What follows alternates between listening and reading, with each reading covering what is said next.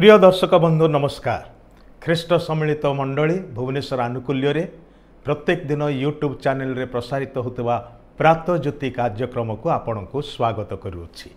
यही कार्यक्रम द्वारा आपण उपकृत होउछंती, नियमित यह देखुअछंती, से मैंने बहुत बहुत आनंदित। पुणी ईश्वर को आपण सकाशे धन्यवाद जनाऊँ। आपण निकटरे मध्य कृतज्ञ अटू।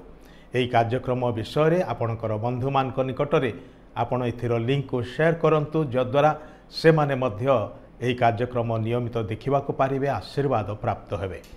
आम माने आज आम माने एक विशेष प्रसंग नहीं आलोचना करिबा, ताहा होची बुद्धिर सहित आपणकर बंधु माननकु बाछंतु। बुद्धिर सहित आपणकर बंधु माननकु बाछंतु। आम माने सामाजिक प्राणी, समाज रे अन्य मान को सहित रे बसवास करि थाउ। आ विशेष करी कि यौवन जीवन रे आम माने सांग मान को लोड़ी थाउ, सांग मान को गहन रे सब बळे रहिबा को चाहि थाउ। ए प्रकार हो जाए जे आम मानकर निमंते निजर घर परिवार अपेक्षा सांग माने अधिक स्थान आम मान को जीवन रे नहीं जाई थांती। अधिक समय आमे सेमान को संगे खेपण करू एवं अधिक समय आम माने घरू बाहर रहू, घर को विलंबर फेरू, जेहेतु सांग मान को मध्य आम मान को बहुत मजा लगे। सांग मान को सहित आम एते ओतप्रोत भाव में जड़ित हो जाओ जे आम मानकर मनर सबु कथा खोलिकी सांग मान को कही थाउ। यह गोटे भल विषय, किंतु कथा होची कौन कि प्रकार सांग मान को आपण बाछुछंती।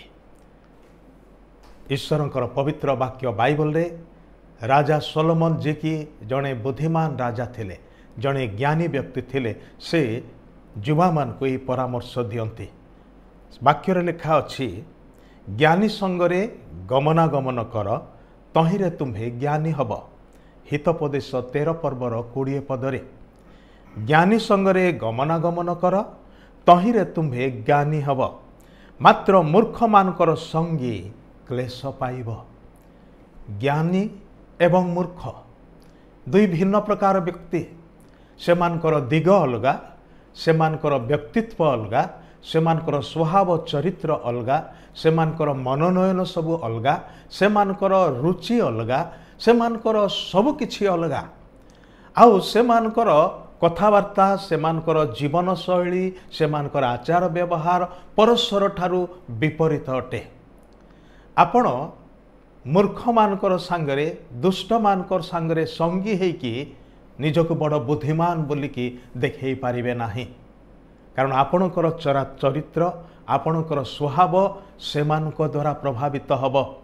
सेथिपाई एठी वाक्य रे कथा कुहागला, तमे जदि तुमर जीवन को सुंदर करी गढ़ी नवा को चाहुच, तमे जदि तुमर जीवन को किछि उत्तम विषय को आनिबा पाई चाहुच, तुमर जीवन को सुंदर विषय द्वारा प्रभावित नियंत्रित हेउ बोली इच्छा करुच, तेबे ज्ञानी मानकर सहित संगी हुआ। कारण कहा सहित चालू अछंती ताहा ही आपणकर गंतव्य स्थल को निर्णय करिथाय।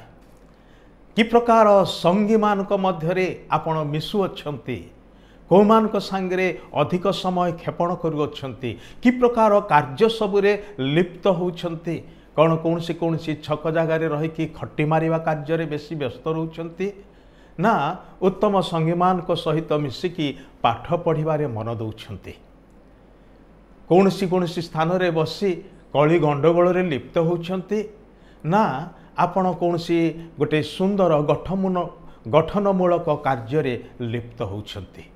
एटा डिपेंड करुची, निर्भर करुची कि प्रकार लोकमानकर गहन रे आपण बेसी समय खेपण करुअछंती, बा कि प्रकार लोकमान को निजर संगी भावरे मनोनीत करिसंती, बंधु भावरे मनोनीत करिसंती। भाई भणी माने विशेष करिके जदि आपणक पाखरे यथेष्ट पैसा पत्र अच्छी खर्च करिया पाए, ताहले आपणकर तो सांग मानकर अभाव हब नाही। अनेक सांग माने आपणक ऊपर माड़ी पड़िबे, से माने बहुत सांग हवा पाई चेष्टा करिवे, इच्छा करिवे। आउ धीरे धीरे आपण को हुए तो सेमानकर स्वभाव चरित्र अनुसार आपण को डाइवर्ट करिया पाई चेष्टा करिवे। ए प्रकार अनेक जगार होउची अनेकों जीवन रे घटुची जे परिवार मध्य गृह मध्य गोटे भल पिला है बढ़ुला आउ टिके यौवन अवस्था पहुँचला उतारे से बिगड़ी जीवार परिलक्षित होउची। आज आपणकर बंधु माने किए अटंती कहीं जड़े ए प्रकार कही तुमर बंधु मान तुमर बंधु माने किए मते ताहा कुह मु कहिबी तुमे कि प्रकार चरित्र विशिष्ट लोक तुमर व्यक्तित्व कौन ताहा मु तुमको कहिबी। बंधु माने कि प्रकार सेटा बड़ गुरुत्वपूर्ण अटे। सेथिपाई कि प्रकार बंधु मान को बाछुछंती बा मनोनीत करुछंती से विषय रे सतर्क हुंतु बुद्धिर सहित निजर बंधु मान को बाछंतु। बाइबल रे गोटे कथा लिखा अछि आममानकर सर्वोत्तम बंधु होउछंती प्रभु यीशु ख्रीष्ट। से भाई अपेक्षा निकटतर से उत्तम बंधु अटंती। से कथा कहले तुम्भे माने मते मनोनीत करिना मात्र मु तुम्भ मान को मनोनीत करिअछि। तुम्भ मानकर चरित्र स्वभाव ठीक नुहे तथापि मु तुम्भ मान को निजे इच्छा करिकी आह्वान करिअछि मोर संस्पर्श रे आस मोर प्रभाव रे तुम माने प्रभावित हुओ तुमर जीवन सुधुरी जीव सजाड़ी हो जीव। आज एटा वास्तव सत्य अटे जेते युवा युवती माने प्रभु यीशु ख्रीष्ट को निजर जीवनर बंधु भाव रे ग्रहण करिसेंती तांको संगे समय क्षेपण करती तांको सहित कथबार्ता करती सेमानकर जीवन बदली जाइछि। सेमानकर जीवन प्रभावशाली होइछि। सेमानकर चरित्र नूतन हो जाइछि सुंदर हो जाइछि। आउ ताहांकु देखिबा लोक माने ताहांकर संस्पर्श रे आसीबा लोक माने ईश्वरंकर उपस्थिति को अनुभव करंती सेमाने सेमानकु एप्रिशिएट करंती। आज कि प्रकार बंधु मानकु बाछुछंती से विषय रे सतर्क हुअन्तु कारण आपणकर बंधु माने आपणकु उपरकु उठिबारे साहाय्य करि पारंती किंबा आपणकर गोड़ टाणिके तळकु खसई पारंती। सेथिपाई जो माने आपणकर स्वभाव चरित्र रे व्यक्तित्व रे उत्तम दिगरे वृद्धि लाभ करिबारे सहायक हुअन्ति से प्रकार बंधु मान को मनोनीत करंतु। ईश्वर वाक्य कथा मध्य लिखा अछि कुसंसर्ग शिष्टाचार नष्ट करे। जड़े व्यक्ति होइत उत्तम चरित्र विशिष्ट होइकि घरे बढ़िथिला मात्र खराब सांग मान सहित रे आसी से निजे बिगिड़ाकू लागिला। अन्य मानकर अबाध्यतार जीवन याकू नियंत्रण कला याकू प्रभावित कला। अन्य मानकर अविश्वस्ततार गुण याकू प्रभावित कला।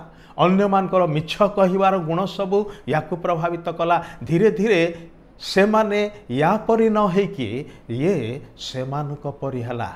आ एहा अति सहजरे घटी जाए। सेथिपाई को प्रकार बंधु मान को आपण बाछु अछंती से विषय रे सतर्क हुअन्तु। आ ईश्वरंकर वाक्यरु जहा माने पढ़िथिलु ताहा मु आउ थरे पढ़िबी ज्ञानी मानक संगरे गमनागमन कर से मानकर संगी हुओ तहिरे तुम्भे ज्ञानी हब मात्र मूर्ख मानकर संगे क्लेश पाइब। प्रभु आम मान को साहाय्य करंतु आ आपन को आशीर्वाद करंतु। धन्यवाद।